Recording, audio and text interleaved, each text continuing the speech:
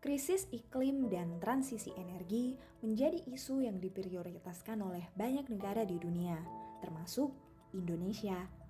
Berbagai upaya mulai dilakukan dalam rangka menurunkan emisi agar bumi tidak mengalami kenaikan suhu.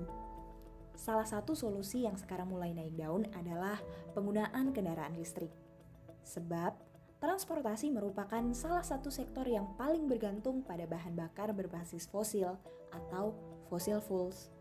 Sebagai negara dengan cadangan nikel terbesar di dunia, Indonesia memainkan peranan besar dalam tren kendaraan listrik, di mana nikel merupakan bahan baku utama untuk pembuatan baterai litium kendaraan listrik. Sehingga nikel menjadi komoditas yang diperebutkan produsen kendaraan listrik dunia. Pertambangan dan smelter nikel pun kian menjamur. Perekonomian bangsa yang digadang akan berkembang pesat. Namun, dampak lingkungan akibat industri nikel merupakan risiko yang harus ditanggung oleh masyarakat sekitar tambang. Kita lihat, salah satunya Halmahera di Maluku Utara. Akibat keberadaan industri nikel, sepanjang tahun 2022, pertumbuhan ekonomi Maluku Utara mencapai 27,7%, ketika pertumbuhan ekonomi rata-rata nasional hanya 5,31%. Namun, angka kemiskinan juga ikut meningkat. Dalam kurun waktu 6 bulan antara Maret hingga September 2022, tingkat kemiskinan naik 6,37% menjadi 82.000 orang. Hal ini menandakan bahwa pertumbuhan ekonomi tidak selaras dengan naiknya kesejahteraan rakyat. Dulu kita buat kasih sekolah kita punya anak, itu bikin sabun. Nah sekarang sabun tidak ada lagi mau dimanakan. Jadi sekarang kalau sagu dari mana? Kalau sekarang sagu itu dari Mabang, di sana bagian sana, di kampung nama Buli itu. Kemarin belum jual di sini baru kurang. Karena lahan udah diambil semua ya? Karena lahan itu sudah diambil semua. Pencemaran udara dan laut menjadi masalah lingkungan yang dihadapi oleh masyarakat Halmahera Tengah. Yang bikin hancur kampung ini. Hancurnya gimana, bisa diceritakan? Hancurnya, coba dicoret-coret itu kemarin baru dibersihin belakang kursi itu pasti banyak tuh. Ini yang dekatinya aja belakang itu aja ya. Ya, itu kemarin dibersihin itu. Kemarin pagi. Jadi dalam kurun waktu 1 hari aja kita sudah bisa dapat lagi kamu. Apa kira-kira itu hal yang baik? Tidak mungkin.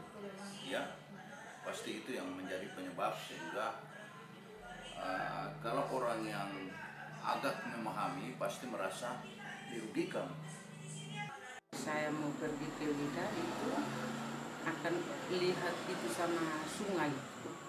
Sungai itu maksudnya sudah kuning-kuning semua karena itu dulu tuh orang Lelidef itu masih mencuci, ambil air. Sekarang ini sudah tidak ada lagi. Terlepas dari berbagai permasalahan lingkungan, mayoritas orang muda di Halmahera Tengah bekerja dan bergabung menjadi bagian dari industri nikel.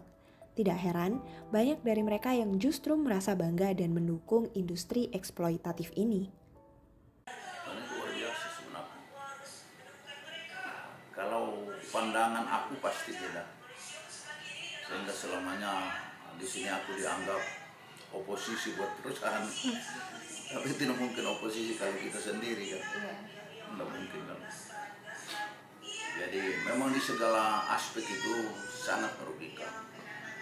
Karena yang berjalan setelah IWIP jalan di 2018 sampai hari ini sama sekali kita belum lihat apa sih yang kontribusi yang diberikan oleh IWIP terhadap desa dan sekitar yang ada di sekitar ini ya. Kalau itu sama sekali kita belum lihat. Untuk yang paling mudah aja, pendidikan, kesehatan, air bersih, penerangan dan lain-lain sama sekali itu belum ada. Kita punya air yang pakai mandi ini sudah ada di sekitar 20% itu berasin.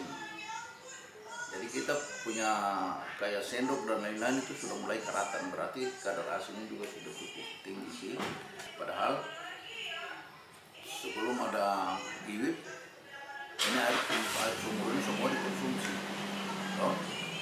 Dan kalau memang kita bicara air, maka sumber-sumber air yang selama ini kita nikmati secara tradisional, sungai yang mungkin di zaman-zaman sebelum itu kita ke sana cedok langsung datang bisa masak, yang nilai kadarnya kurang lebih beda-beda tipis dengan aqua juga sih, tapi hari ini semua ditimbun. Jadi kita sudah tidak punya, katakanlah kalau air bersih kita sudah tidak punya di sini. Kita mancing, hari ini kita ikan susah. Yang dulunya kita berdiri di tepian pantai dan buang tali pancing, 1 jam pulang kita bisa sekali makan. Kemarin ibu pergi demo katanya. Iya, 2 kali, 3 kali kita demo. Yang didemokan apa, Bu? Maksudnya demo itu masyarakat demo karena katanya ini dulu bangun pabrik, jadi masyarakat tidak kasih. Oh, bangun pabrik baru lagi. Iya, Di bangun mana? Pabrik Di sini di sebelah. sebelah. Di Shanghai ini. Oh. Begitu. Karena kita ikut demo itu, karena kita air mata gugur, karena harga kiri kanan sudah tidak ada apa-apa lagi. Siap. Jadi nggak ada yang bisa diusahakan lagi. Jadi kita, makanya kalau kita mau cerita mau kasih kuliah anak-anak ini paling sakit. Baru tidak ada laki lagi itu. Ya rasa sedih itu begitu. Anak-anak mau pesan uang, mau ambil di mana untuk bayar itu. Kita punya anak itu perempuan itu jadi bakal tambah 1.200. Alhamdulillah kita punya anak sudah selesai.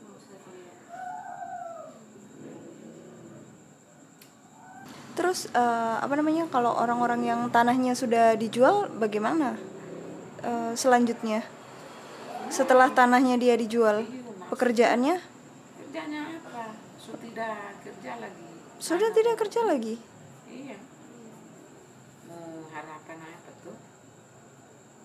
Berarti tanahnya dulu tanah kebun, Enggak, tanah kebun sagu.